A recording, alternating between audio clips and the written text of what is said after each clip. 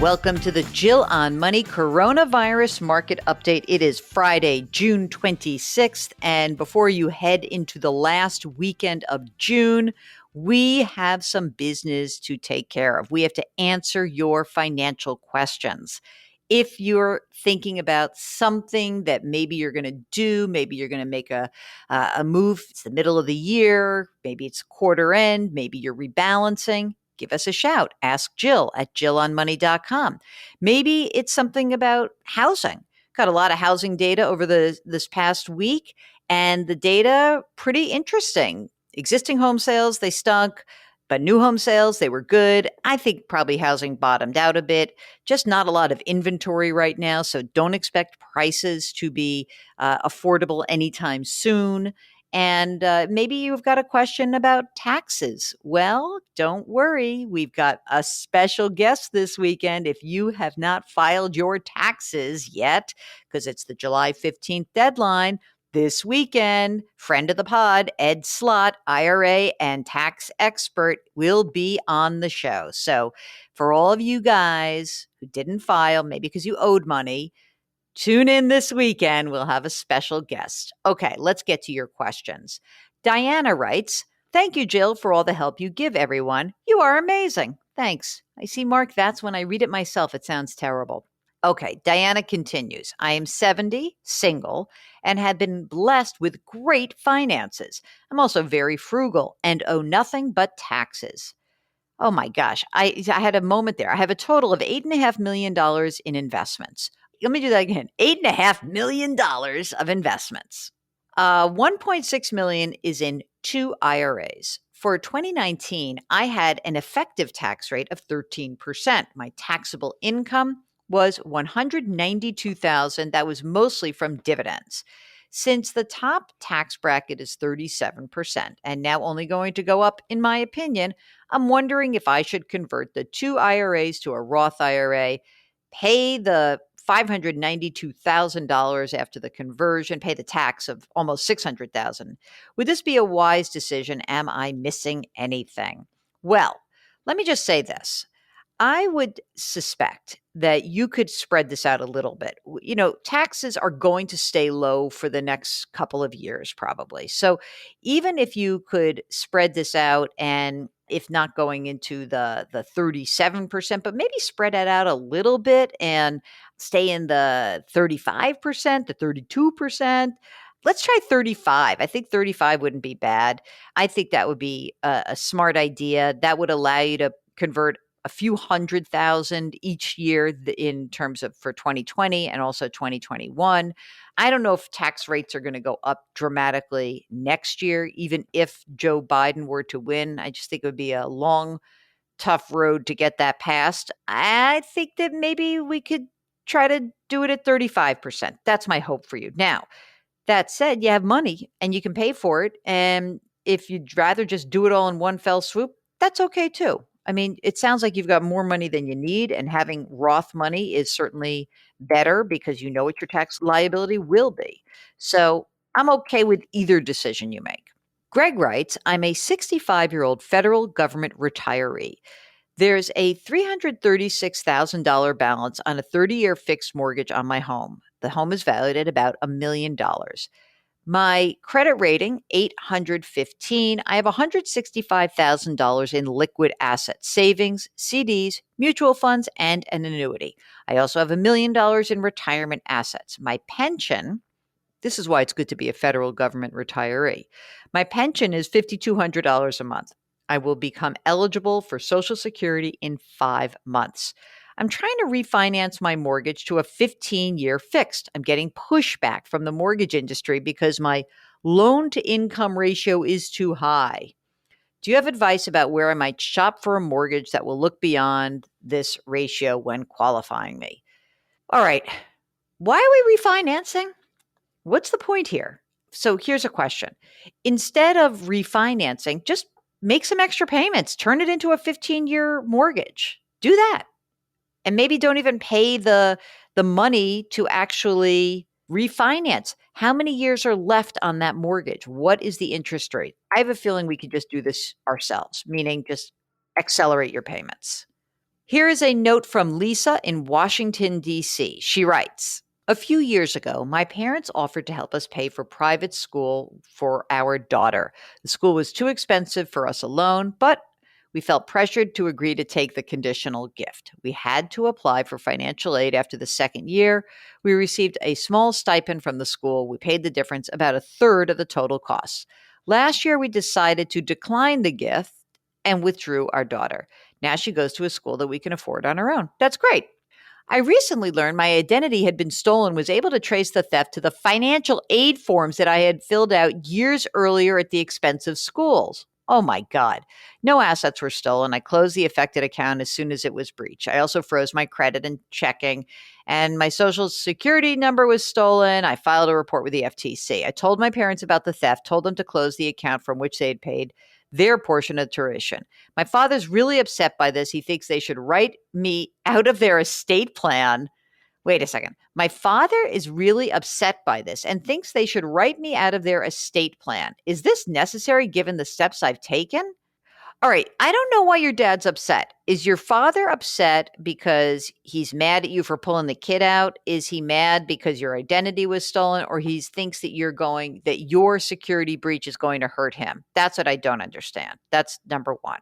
So we need to get some clarity on that.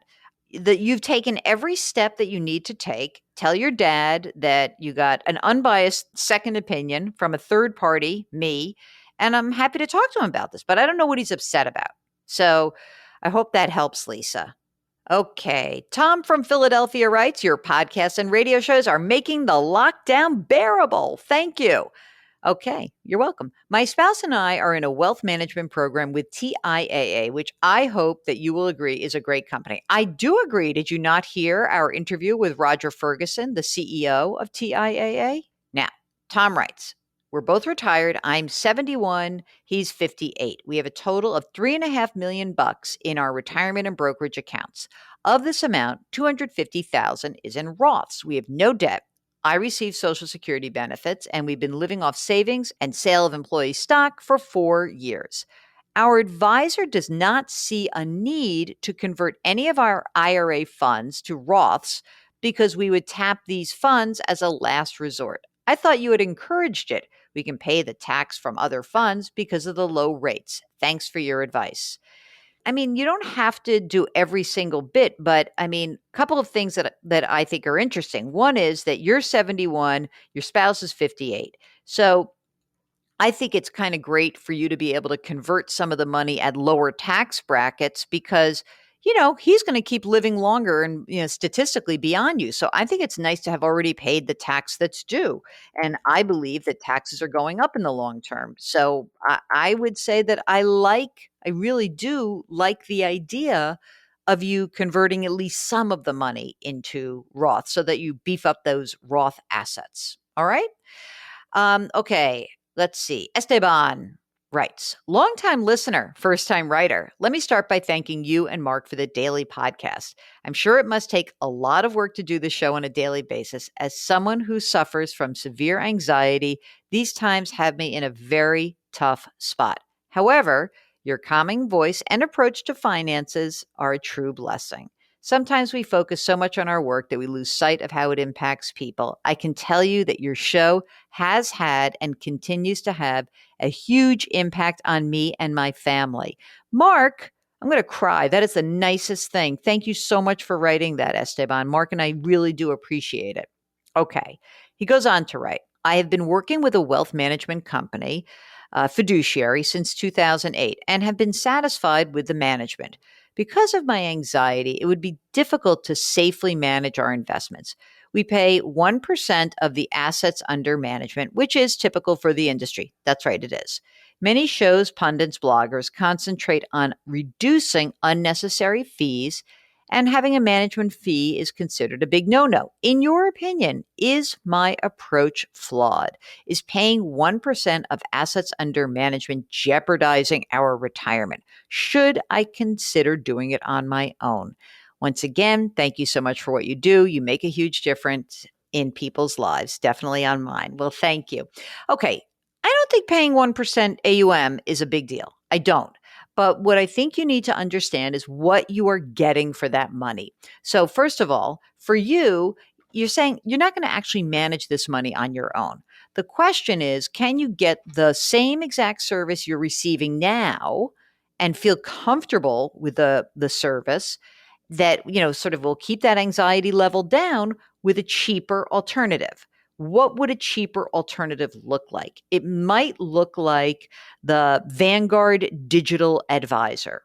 That is just a plain old money management tool from Vanguard.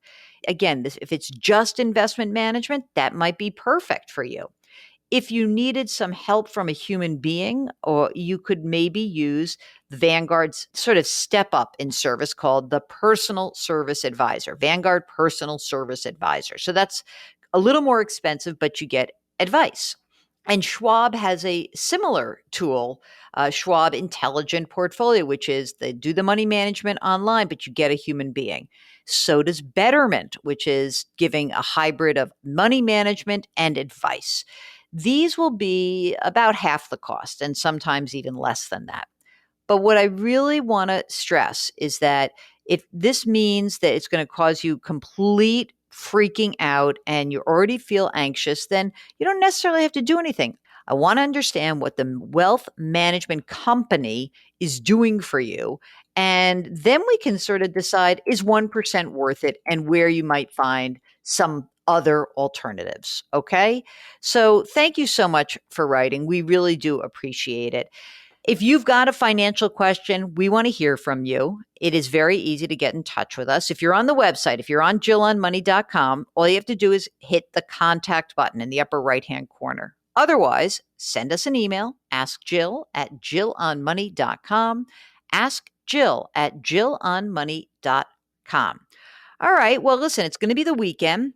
Awesome 2 shows ahead of you. You're going to love this. Ed Slott back for 2 special broadcasts. We're going to do one show about what's going on with tax filing for the July 15th deadline that's coming up. We're going to do another show about some of the big retirement plan changes that are out there. All of that ahead of you this weekend, the last weekend of June, where I know, because you are listening and really smart people, that you are washing your hands and you are wearing your masks and you're maintaining that physical distance of 6 feet. I don't care what anyone says. 6 feet seems fine. Don't need to get closer. Do me a favor. Try to put your hands metaphorically on someone's back. Try to lift someone up. If you can do that today, just one little note, just look at how good my mood is, because we got such nice sentiments from you, and the appreciation that you give to us makes this so worthwhile. So do that for someone else. That's fantastic. Thanks for listening. We'll talk to you tomorrow.